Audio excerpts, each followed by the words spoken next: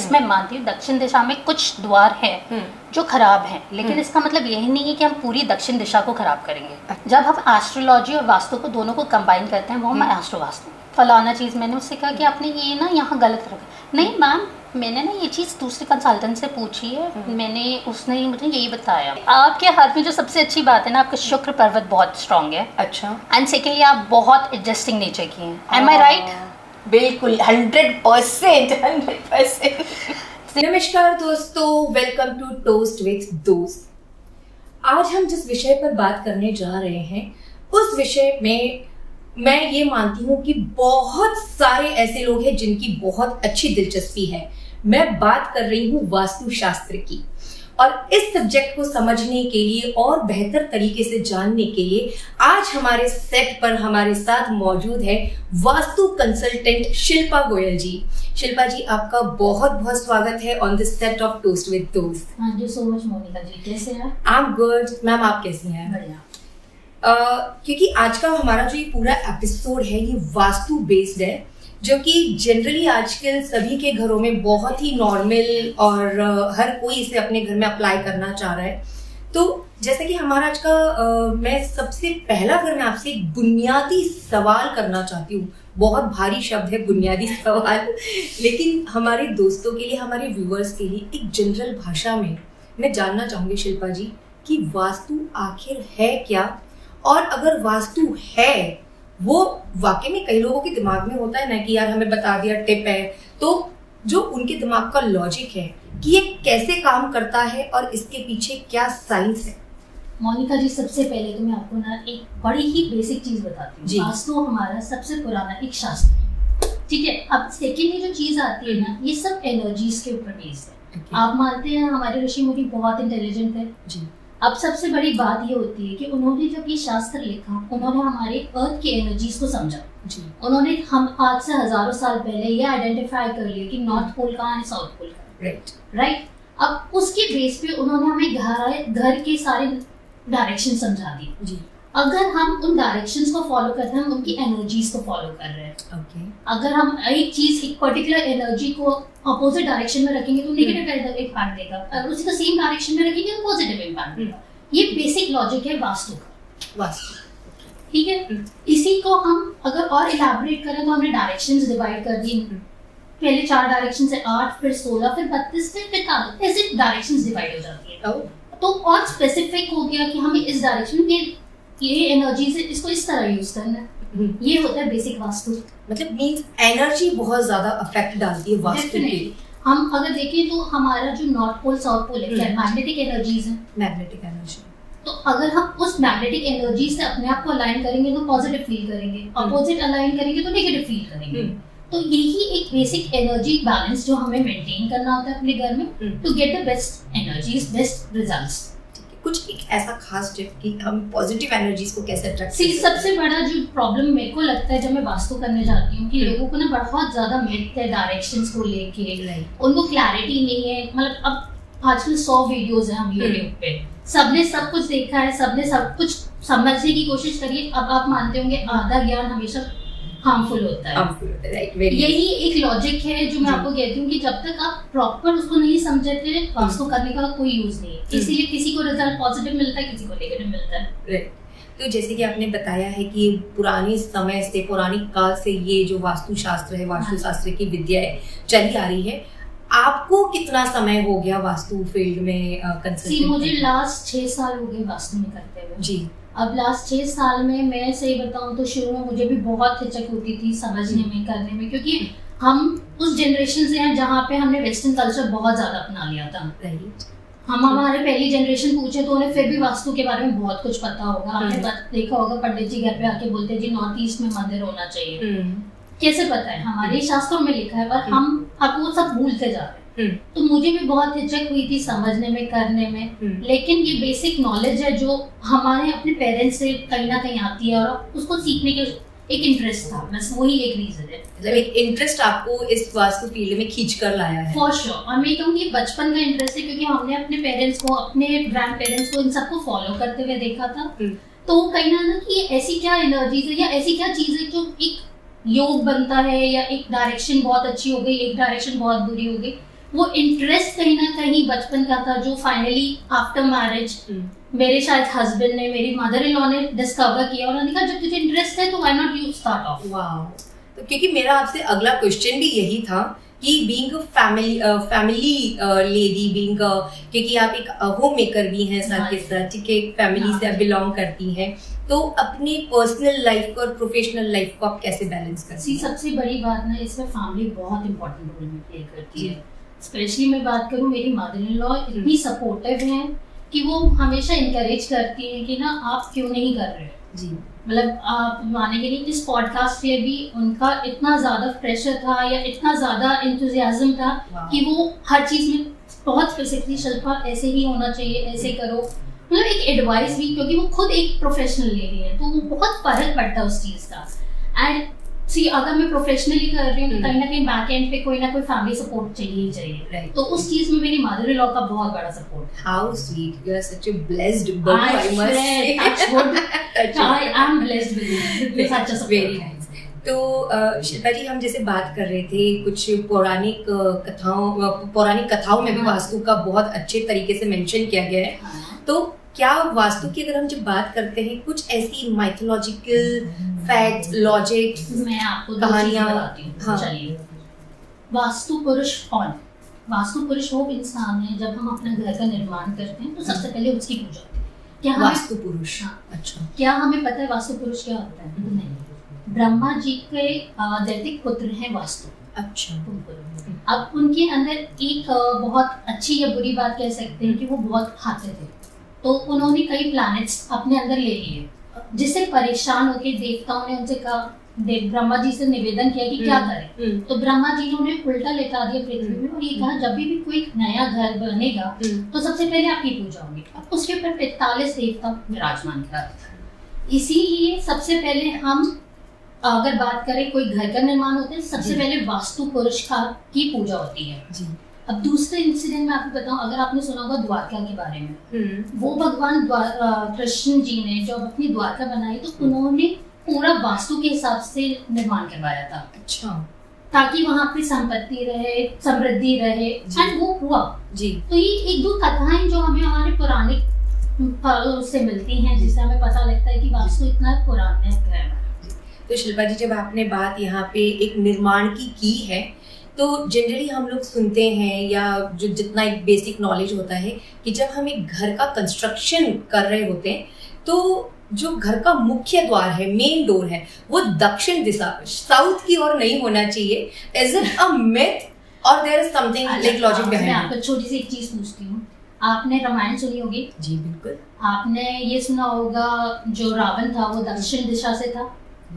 अब वो कितना रिच था, कितना इंटेलिजेंट था, है कि नहीं है? तो अब आप ये बताइए कैसे दक्षिण दिशा खराब हो सकती है? यस, मैं मानती हूँ दक्षिण दिशा में कुछ द्वार हैं जो खराब हैं, लेकिन इसका मतलब यही नहीं है कि हम पूरी दक्षिण दिशा को खराब करेंगे। अच्छा। अब हम जब कंस्ट्रक्शन कराते हैं तो हमें बस एक चीज ध्यान रखनी चाहिए कि जब हमारा मेन एंट्रेंस डोर है वो S6, S7, S8 में नहीं होना चाहिए। बाकी कोई भी दिशा हो, साउथ की दिशा वो बहुत अच्छी है। अब प्रॉपर साउथ की दिशा तो मतलब मैं ये मानती हूँ कि वो जितना अमीर बना सकती है शायद कोई और दिशा बना भी नहीं सकती। Really? Yes.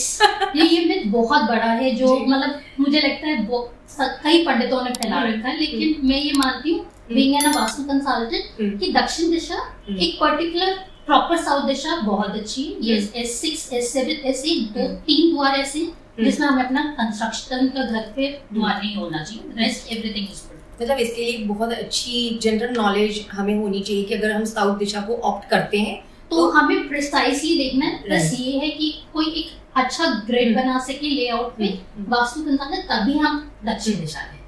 अच्छा शिल्पा जी, अब जो मैं आपसे सवाल करने वाली हूँ, मैं बाकियों के बारे में तो क्या कहूँ कि मेरे भी दिमाग में सबसे पहले यही आता है कि जब बोलते कि यार कुछ वास्तु चेंजेस कराने हैं घर के अंदर, but when it comes to reality तो दिमाग में सबसे पहले ये आता है कि यार अगर मैं वास्तु चेंजेस कराऊंगी तो घर के अंदर एक बड़ी तोड़ फोड़ होगी। तो क्या कुछ ऐसा भी तरीका है कि विदाउट एनी डिमोलिशन, कि बिना तोड़ फोड़ के कुछ चीजें हो सकती है? पॉइंट ऑफ व्यू समझ सकती हूँ क्योंकि मेरे पास ऐसे कई क्लाइंट्स आते हैं। मुझे ना तोड़ फोड़ नहीं करानी, वैसे कुछ चेंजेस बता सकती हूँ।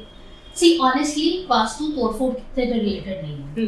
बेसिकली अगर आप छोटी छोटी रेमेडीज करेंगे तो आपका वास्तु ठीक हो सकता है। यस, एक दो जगह है जैसे नॉर्थ ईस्ट का टॉयलेट है वो हम नहीं चेंज कर सकते, उसमें हम कोई रेमेडी नहीं कर सकते, वो हमें डेफिनेटली तोड़वाना पड़ता है। रेस्ट कोई भी छोटा मोटा वास्तु हो, ये बड़ा भी हो, तो हम नॉर्मल छोटी सी रेमेडीज पिरामिड से ठीक कर सकते हैं। ओके, मतलब ये भी दिमाग में लोगों के जो रहता है कि बड़ी तोड़फोड़ से ही वास्तु। नहीं, ये बहुत बड़ा मिथ है, बहुत बड़ा रियली मैं यही बात आपको सही में मतलब आप इजीली अपने घर का वास्तु करा सकती बहुत आराम से। ठीक है शिल्पा जी, मैं अपने घर का वास्तु का जो कॉन्ट्रैक्ट है वो बिल्कुल आपके साथ में आगे का करना चाहूंगी। चलिए, जब अगर हम वास्तु की बात कर ही रहे हैं शिल्पा जी, हम दो टर्म्स में बात करते हैं। अक्सर हम बात करते हैं यार वास्तु हमारे घर का ठीक कराना है, और एक आजकल के टाइम में ना एस्ट्रो वास्तु बहुत ज्यादा पॉपुलर हो रहा है। इन दोनों टर्म्स के बीच में क्या डिफरेंस है? चलिए मैं आपको समझाती हूँ एस्ट्रो वास्तु होता क्या। जब हम एस्ट्रोलॉजी और वास्तु को दोनों को कंबाइन करते हैं वो हम एस्ट्रो वास्तु। अच्छा, अब एस्ट्रो वास्तु में प्रॉब्लम क्या होती है, हम आपका डेट ऑफ बर्थ, आपकी कुंडली अलग होगी, आपके हस्बैंड की कुंडली अलग होगी, लेकिन आप लोग रहे तो एक ही घर में रहे, वास्तु तो एक ही होगा, तो हाउ कैन दो वास्तु सेम हो सकते हैं? मतलब एस्ट्रो वास्तु में कैसे आप कह सकते हो? अगर मैं आपके घर के चेंजेस बताती हूँ, सपोज नॉर्थ वेस्ट में क्या आपको कंस्ट्रक्शन करानी है या आपको टेप वेप लगानी है, लेकिन आपके हस्बैंड की वो चीज सही है, तो वो तो कॉन्फ्लिक्ट हो गया। तो इसलिए मैं प्रेफर करती हूँ कि अगर आप वास्तु करवा रहे हो तो आप प्रॉपर अपने घर का वास्तु करवाओ, एस्ट्रो वास्तु से बेटर वो रिजल्ट्स देता है। Okay, very nice, very nice. तो ये तो बात होगी एस्ट्रो वास्तु और वास्तु के बीच का ये डिफरेंस आपने बता दिया। वास्तु कंसल्टेंसी के लिए जब अगर लोग आपके पास में आते हैं तो आप उन्हें क्या सबसे पहले जो है एडवाइस करना पसंद करते हैं? कितना समय लग जाता है एक वास्तु कंसल्टेंसी को हैंडल करने में? जी, मैं बात करती हूँ वास्तु कंसल्टेंसी की। अगर हम टाइम की बात करेंगे जी, अगर रेमेडीज सबसे बड़ी बात होती है इसमें कि ना हमें फ्लो मैप चाहिए होता है जी, और हमें एक बार विजिट करना पड़ता है क्लाइंट के जी। उसके बाद शायद रेमेडीज मुझे बताने में आधा घंटा लगेगा, और कुछ रेमेडीज तो ऐसी होती है कि आप इमीडिएट कर सकें, तो आपको इफेक्ट आते आते नेक्स्ट 20-25 डेज में आपको वो चेंजेस दिखेंगे अपनी पर्सनल लाइफ में। ओके, तो वास्तु मतलब रिजल्ट देने में 25 to 30 डेज दे देता है। आपको जो प्रॉब्लम्स है उसका सोल्यूशन शुरू हो जाता है। इस चीज को एक बार दोबारा बताएंगे कि वास्तु का जो रिजल्ट है विदिन 25 to 30 डेज। अच्छा, विदिन अ मंथ हमें मतलब रिजल्ट मिलना शुरू हो जाते हैं अगर आपने जो इंस्ट्रक्शंस दिए उन्हें अगर हम प्रॉपर्ली फॉलो करते हैं तो। हाँ जी, ओके, ठीक है। तो मतलब वास्तु से रिलेटेड सच में शिल्पा जी बहुत मजेदार फैक्ट्स और आप बातें यहाँ पर बता रही हैं। बहुत इंटरेस्टिंग चीज है अगर कोई समझने की कोशिश करेगा। अच्छा, कोई ऐसा प्रोजेक्ट आपने अभी आज इन 6 सालों में कोई हैंडल किया है जिसके साथ में कुछ बहुत अच्छा इंसिडेंट आपका जुड़ा हुआ हो, फनी मोमेंट जुड़ा हो? फनी मोमेंट मैं आपको चलो एक बताती हूँ। मेरे ना एक क्लाइंट था, कुंडली का ही क्लाइंट था, मैं उसके घर पे वास्तु करने गई, उसने एक्चुअली से पहले ना किसी और कंसल्टेंट से करवा रखा था वास्तु।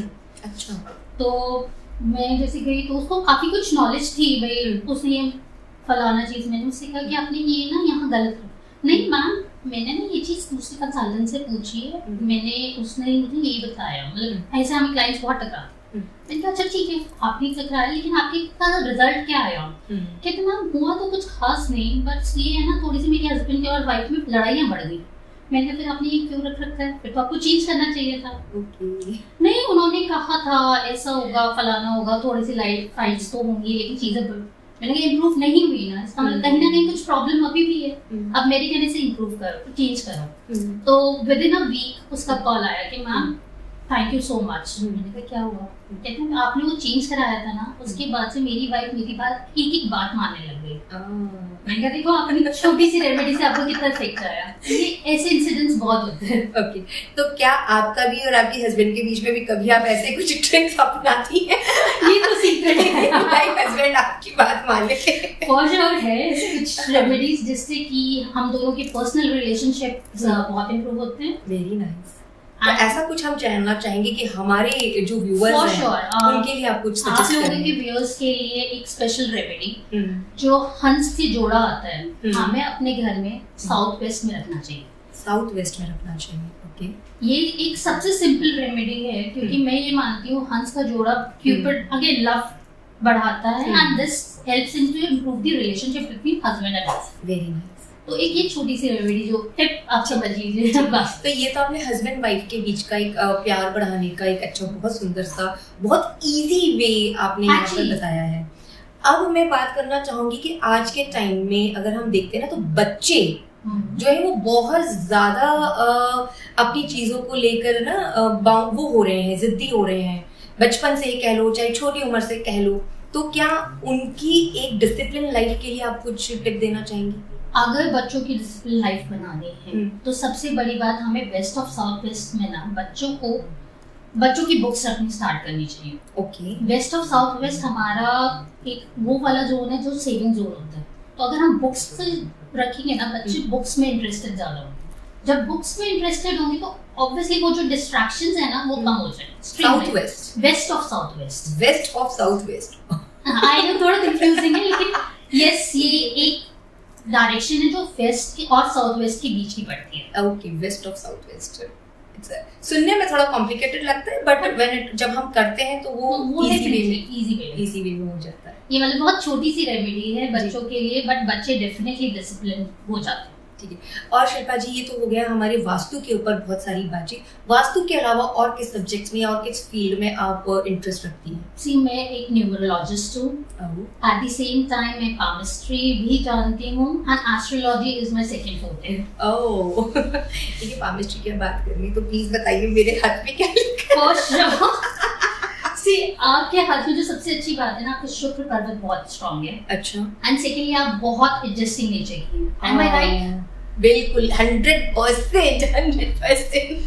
सी ये आपके हाथ में लिखा है एंड इफ आई से आपके पास सपोर्ट सिस्टम बहुत स्ट्रांग है and that's also very true शायद thank God touchwood and you will soon get lot of money, don't worry. बस जो सुनना था वो आपने सुना दिया।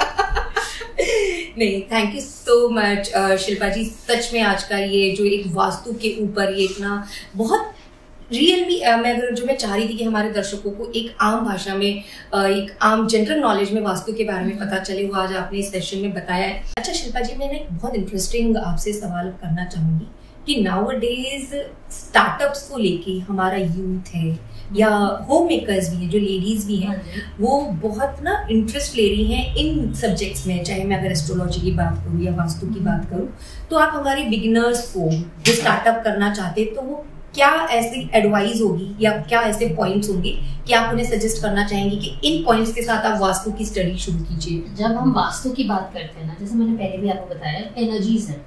अब हर कोई वास्तु नहीं कर पाता, it's only the chosen one. क्योंकि मैंने कई बार ऐसे भी लोग देखे हैं जो कोशिश करते हैं सीखने की और वो बीच में छोड़ देते हैं कि मैम मुझे समझ नहीं आ रहा। क्योंकि सी अगेन ये बहुत बड़ा साइंस और मैथ्स का कॉम्बिनेशन है, क्योंकि इसमें हम डिग्रीज लेते हैं, हम इसमें ग्रिड बनाते हैं, उसके बाद हम उसके ऊपर वर्क करते हैं भाई हाँ कौन सी एनर्जी है, उस हिसाब से हम रेमेडीज बताएंगे या उस हिसाब से प्रॉब्लम्स आइडेंटिफाई। क्योंकि सबसे मेजर पता है क्या होता है वास्तु के अंदर ना, जब हम किसी के घर का वास्तु करते हैं हम ये भी बता सकते हैं कि आपको यहाँ हेल्थ इश्यूज आ सकती है, इससे रिलेटेड हेल्थ इश्यूज आ सकती हैं और इसकी हम ये रेमेडी कर सकते हैं। तो vastu is just not about कि आप चीजें कहाँ रखनी है, मतलब जस्ट आपकी पूरी लाइफ इस पे कवर हो सकती है। हम ये भी बता सकते हैं कि भाई अगर किसी को बेबी नहीं कंसीव हो रहा तो कई बार ऐसे भी रीजन हमने पता लगे हैं कि भाई कहीं वास्तु दोष है जिस वजह से बेबी कंसीव नहीं हो रहा। जैसे बहुत बड़ी बात होती है, मेरे को बोलना नहीं चाहिए, बट अगर किसी के सेंटर ऑफ हाउस में कोई गड्ढा है या कुआं बना हुआ है या लिफ्ट है या इवन स्टेयर्स हैं, तो ये एक बहुत मेजर वास्तु दोष हो जाता है। इससे उस खानदान में या तो लड़का नहीं होगा या फिर बेबी ही नहीं होगा, वंश आगे नहीं बढ़ पाए। तो ये हम कैसे पता कर सकते हैं भाई? अगेन उसके लिए हमें ये कैलकुलेशन करनी पड़ती है भाई सेंटर ऑफ हाउस क्या है। कई लोग तो इसमें भी मिस्टेक कर देते हैं कि सेंटर ऑफ हाउसिंग गलत निकालते हैं। अच्छा। वो ये है कि ना इट्स अ मैथ्स कि भाई सेंटर ऑफ हाउस क्या है वो ना आइडेंटिफाई करना। फिर कई लोग डिग्री लेने में मिस्टेक करते हैं। तो मैं ये यूथ को एडवाइस दूंगी कि अगर आप वास्तु एज अ सब्जेक्ट उठा रहे हैं तो प्लीज उसकी बहुत डेप्थ में स्टडी करिए। बिना डेप्थ नॉलेज के वास्तु मत बांटिए। स्टडीज मस्ट ना कि हाँ आजकल ना एक एक दो दिन के कोर्सेज भी कर रहे हैं लोग। एक एक दो दिन के कोर्सेज में वास्तु एक्चुअली वो ये कहते हैं कि ना हम आपको 2 दिन के कोर्स में पूरा वास्तु सिखा देंगे और आप कहीं भी जाके कंसल्टेशन दे सकते हैं। सो ये बहुत बड़ी मिस्टेक है। इसमें आप मतलब again they will charge you in huge amount, but यही मेरी एडवाइस रहेगी वास्तु सीखने वाले स्टूडेंट से, प्लीज अगर आप सीख रहे हैं तो ढंग से प्रॉपर्ली साल लगा के सीखिए उसमें, ताकि आपको इन डेप्थ नॉलेज आए और आप सामने वाले को अगर पॉजिटिव दें तो पॉजिटिव ही दें, नेगेटिव इफेक्ट ना दें उस वास्तु का। अच्छा, जैसे कि अभी आपने बात की, तो आपका कभी कोई ऐसा एक्सपीरियंस रहा है कि जस्ट लाइक बीइंग योरसेल्फ अ वास्तु कंसल्टेंट, कि आपको कोई दूसरा और वास्तु कंसल्टेंट मिला हो या सेम फील्ड वाला मिला हो, कभी कोई बातें क्लैश हुई हो? बहुत हुई है, मतलब आप मानेंगे नहीं, मेरे हस्बैंड के बहुत वास्तु कंसल्टेंट नोन फ्रेंड्स हैं। तो हम जब डिस्कशन पे बैठते हैं ना, तो by end of the day ये होता है कि लिटरली फाइट हो जाती है कि ये पॉइंट ऐसे ही क्यों हुआ। जैसे एक छोटी सी बात है, एक रेमेडी होती है टॉयलेट की कि अगर वास्तु के टॉयलेट के according west of south west में टॉयलेट हुआ तो हमें येलो टेप लगानी है। मेरी ऐसी कंसल्टेंट से बात चल रही थी, तो मुझे ये कह रहा था नहीं आपको रेड कलर की टेप लगानी चाहिए क्योंकि आपका जोन साउथ ईस्ट है। अच्छा, क्योंकि हमारे जो कलर्स डिस्ट्रीब्यूटेड है जोन्स के हिसाब से डिस्ट्रीब्यूटेड है। एंड मेरी उससे ये बहस की नेक्स्ट जोन हमारा जैसे वेस्ट आता है तो हमें उसका कलर लगाना चाहिए। इसका कोई कंक्लूजन नहीं निकला ऑनेस्टली बताऊं तो, बट हर किसी का अपना परसेप्शन है। मैं आपको यही समझाने की कोशिश कर रही थी कि वास्तु एक्चुअली वर्क के साथ साथ अपना परसेप्शन भी होता है।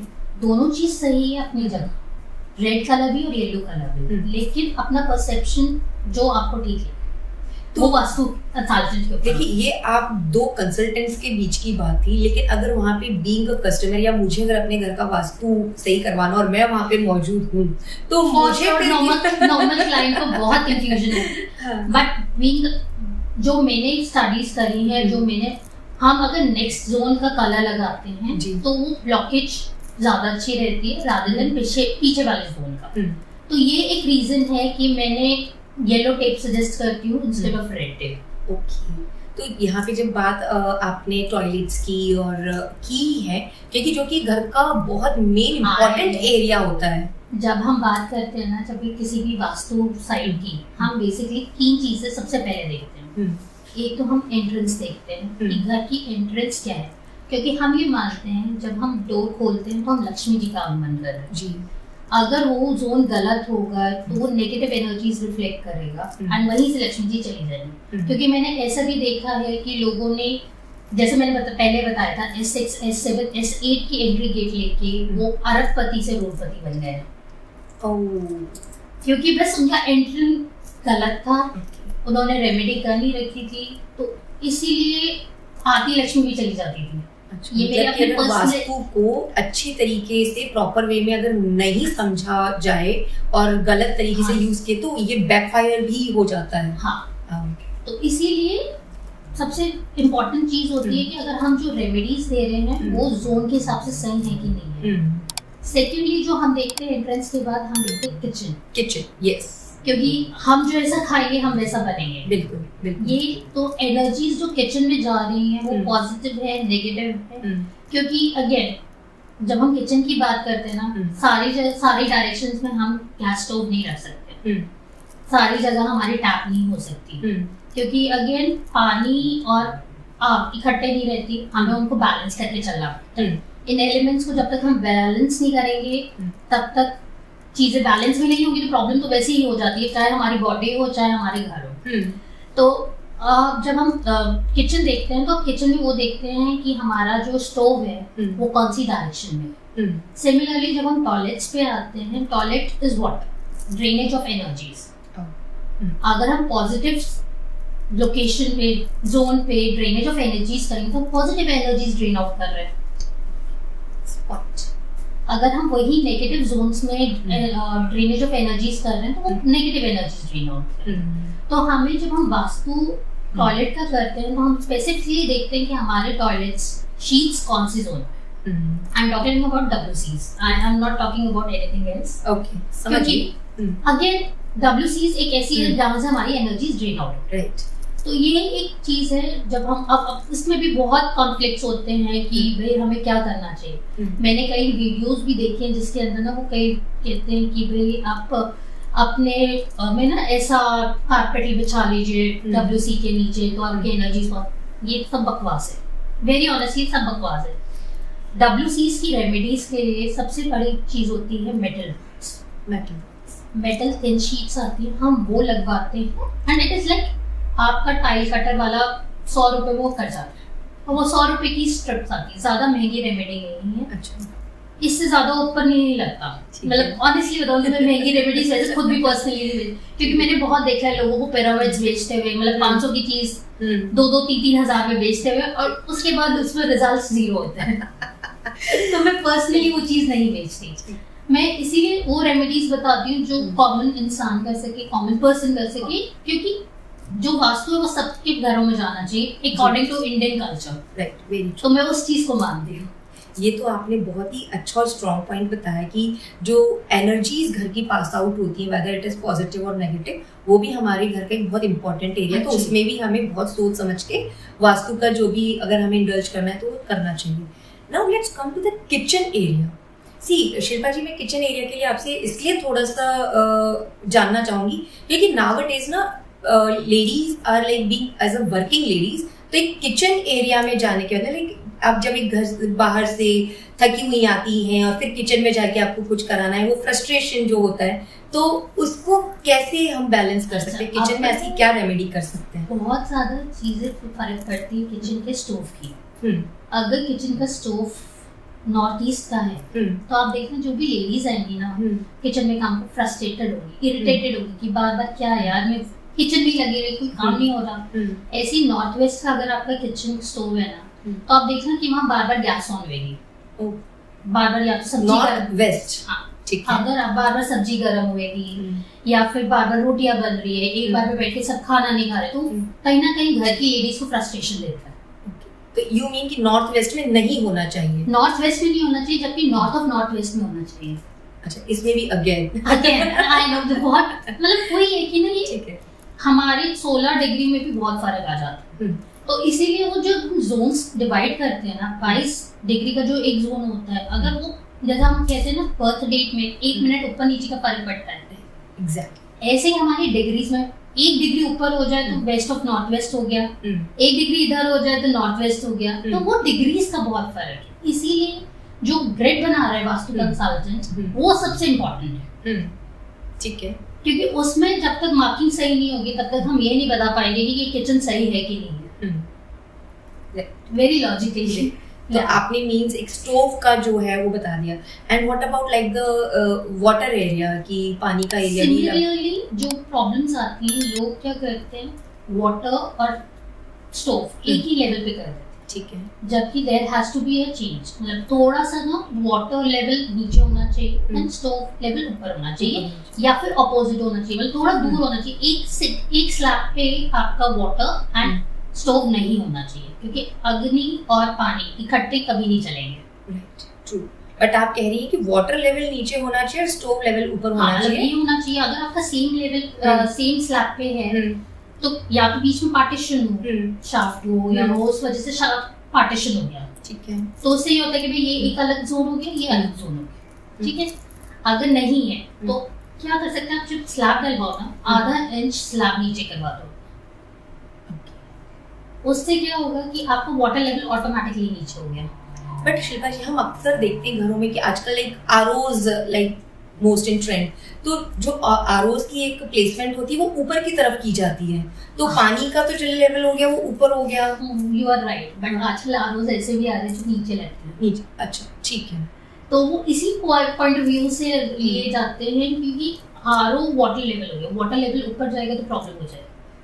अगर आप देखो तो ऊपर से नीचे पानी फ्लो करेगा, नीचे से ऊपर पानी बहुत जल्दी नहीं फ्लो करेगा, आपको नहीं बुझाएगा। अच्छा, तो ये again strong point, strong logic आपने, मतलब ये everything is logical in vastu. मतलब आप ये सोचिए ना कि हम एक एक चीज लॉजिक से सोच रहे हैं, हम ये नहीं कह रहे कि ये क्यों हो, मतलब कई होते हैं ना कि भाई ये ऐसे ही होना है, क्यों होना है, कोई रीजन नहीं है। जब तक साइंटिफिक रीजनिंग नहीं दूंगी आपको भी नहीं समझ में आएगा, आपके फ्रेंड्स को भी नहीं समझ में आएगा। एग्जैक्टली। तो ये रीजनिंग इसीलिए है क्योंकि देखो अगेन ऊपर से नीचे पानी फ्लो करेगा तो करंट्स को आग को बुझा देगा, नीचे से नीचे फ्लो करेगा तो दोनों चीज साइमल्टेनियसली चलेगी एंड वो दोनों पॉजिटिव एनर्जीज देगी। ठीक है। नाउ शिल्पा जी, ये तो होगी बहुत सारी घर की वास्तु को लेकर बात। रिलेशनशिप में भी आपने हस्बैंड वाइफ के लिए बहुत अच्छा जो है यहाँ पे रेमेडी दी है, बच्चों की डिसिप्लिन के लिए आपने बहुत अच्छी रेमेडी दी है। नाउ मैं एक रेमेडी यहाँ पे आपसे जानना चाहूंगी, जैसे कि आपने कहा कि आपकी मदर इन लॉ बहुत ज्यादा सपोर्टिव है, और आज के टाइम में, आज के दौर में हम लोग देखते हैं कि कई जगहों पर ना जो सबसे बड़ा कॉन्फ्लिक्ट होता है वो बिटवीन डॉटर इन लॉज और मदर इन लॉज के बीच में होता है। तो उन कॉन्फ्लिक्ट्स को कैसे कम कर सकते हैं? क्या ऐसी एक खास रेमेडी आप बताएंगी? सी वास्तु में ना एक जोन होता है नॉर्थ वेस्ट, ये हम सपोर्ट का जोन मानते हैं। सपोर्ट कैसा भी हो, चाहे फैमिली रिलेटेड हो, चाहे आपके वर्क रिलेटेड हो, चाहे आपके सोशल लाइफ रिलेटेड हो, अगर आपको सपोर्ट चाहिए कहीं से भी तो आप अपनी और उस पर्सन की फोटो नॉर्थ वेस्ट में लगाओ। वेरी सिंपल, आप किसी भी गोल्डन फ्रेम में लगाओ चाहे black frame, it's okay, but आप दोनों की फोटो होनी चाहिए। नॉर्थ वेस्ट में लगाओ अपने घर के, आप देखो वो इंसान आपको कैसे सपोर्ट करने लगेगा। फिर whether it is whoever he is or she is। मैंने अपने ऑनेस्टली अपने फैमिली की फोटो लगा रखी बिकॉज सबको अपनी फैमिली सपोर्ट चाहिए। तो मैं वो चीज है जो सब कर सकते हैं, मतलब ये छोटी सी रेमेडी अपने घर में आपको बस नॉर्थ वेस्ट फाइंड आउट करना है और आपको अपने घर की भी फैमिली फोटो लगानी है। ठीक है। तो शिल्पा जी, बहुत सारी ऐसी खास जानकारियां जो हम वास्तु के बारे में जानना चाह रहे थे वो आज के इस सेशन में आपके द्वारा हमें मिली है। तो इस पॉडकास्ट के लास्ट सेगमेंट में, जो कि हमारा एक बड़ा इंटरेस्टिंग सेगमेंट होता है, which is a rapid fire round, क्योंकि इतनी सारी हमने यहाँ पर लॉजिकल फैक्ट्स वाली बातें हमने कर ली है। So now let's do play some like ना entertainment kind of segment it is. So मैं आपसे यहाँ पर रैपिड फायर में 2 ऑप्शंस देकर एक क्वेश्चन पूछूंगी। उन ऑप्शन में से आपको एक ऑप्शन जो है वो पिक करना है विद इन अ सेकेंड, और विद रीजन आपको बताना है व्हाई। ठीक है? Are you ready? Sure. Shall we begin with it? Yeah. Okay, let's start with the rapid fire round. And your first question is, अगर आपको फेंग शुई वास्तु या वैदिक वास्तु में से एक सेलेक्ट करना हो? वैदिक वास्तु। रीजन, हमारे ऋषि मुनि आज से कम हजारों साल पहले, जब तक ये मॉडर्न वास्तु आया भी नहीं था, तब से ये इस पे काम कर चुके हैं और उनके अपने रीजंस हैं, अपने लॉजिक्स हैं एंड साइंटिफिकली प्रूवन है। ठीक है। सेकेंड क्वेश्चन, घर के वास्तु के लिए कौन से शेड्स को आप प्रेफर करोगे, डार्क शेड्स और लाइट शेड्स? सी, शेड्स एक बहुत इंपॉर्टेंट रोल प्ले करते हैं कलर्स, पर्सनल लाइफ में भी और वास्तु में भी। मैं मानती हूँ light shades, because light shades energy emit करते हैं और पॉजिटिव एनर्जीज इमिट करते हैं, जबकि डार्क शेड्स एब्जॉर्ब करते हैं। ये तो बेसिक साइंस है जो हमने 6th-7th में पढ़ी थी। तो वो जो एनर्जीज एब्जॉर्ब करते हैं, तो वो हमारी सारी एनर्जीज एब्जॉर्ब करेंगे तो हम नेगेटिव ऑलरेडी हो जाएंगे, तो नेगेटिव ना हो इसलिए पॉजिटिव रहें, तो लाइट शेड्स। ठीक है। And your the last question is, अगर आप किसी वास्तु को देखने जाते हैं तो क्या वेयरिंग प्रेफर करते हैं, Indian I must say like ethnic wearing और modern wearing? Ethnic wear. Ethnic, okay. Just because मैं अपने कल्चर को रिप्रेजेंट करती हूँ, अपने वास्तु, अगेन मैंने जैसे पहले भी कहा एंशिएंट टाइम्स में, तो ethnic wear is what we connects with roots, तो एथनिक वेयर जो है वो मेरा प्रेफर्ड रहता है। रियली शिल्पा जी, बहुत सीरियसली बहुत मजा आया आपके साथ आज यहाँ पे बात करके, और क्योंकि आज आप यहाँ पर on the set of toast with दोस्त में being a guest, being a vastu consultant, आप यहाँ पे हमारे साथ में आज जुड़े। क्या खास बात लगी आपको इस पॉडकास्ट की? ऑनेस्टली सबसे अच्छी बात आपका फ्रेंडली नेचर, मतलब ऐसा लगे ही नहीं मैं किसी और से बात कर रही हूँ, ऐसा लग रहा है अपनी फ्रेंड से बात कर रही हूँ। तो जैसे मैं उसको एक्सप्लेन करती हूँ चीजें, वैसे आपको एक्सप्लेन करी। That is what I felt about and it was amazing. And Purnima ji से आपका जो एक जुड़ाव है, उनके साथ जो कनेक्शन है, उसके बारे में आप क्या कहना चाहिए? पूर्णिमा जी तो just like a mother for me, मतलब अगेन मेरी मम्मी की बहुत अच्छी फ्रेंड है, वो तो उनकी एक मदरली नेचर तो वैसे ही है, तो उनसे कनेक्शन तो और भी अच्छा है और वो बहुत ही स्वीट है। That's the thing. That's really very true. तो शिल्पा जी, आप आज के इस एपिसोड को हम एंड करने से पहले आपका धन्यवाद करना चाहेंगे कि एक वास्तु के बारे में जो वास्ट नॉलेज आपने हमारे व्यूअर्स के लिए, हमारे दोस्तों के लिए जो यहाँ पर शेयर की है, उसके लिए आपका अगेन एक बार फिर से बहुत बहुत धन्यवाद। और दोस्तों, आपको और अगर वास्तु के बारे में जानना है, वास्तु कंसल्टेंसी अगर आपको लेनी है, तो यहाँ पे हमारे साथ में मौजूद हैं शिल्पा गोयल जी। इनके बारे में, इनके जहां पे आप इनसे कांटेक्ट कर सकते हैं, वो सारा आपको डिस्क्रिप्शन में दे दिया जाएगा। लेकिन उसके लिए आपको हमारा चैनल को सब्सक्राइब करना पड़ेगा, फॉलो करना पड़ेगा और बहुत अच्छे अच्छे प्यारे प्यारे कमेंट्स आपको वहां पर ड्रॉप करने पड़ेंगे। और मैं हूं आपकी होस्ट एंड दोस्त मोनिका महेश्वरी। तो please stay tuned with us for more beautiful and more amazing episodes. Till then, see you all. Bye bye.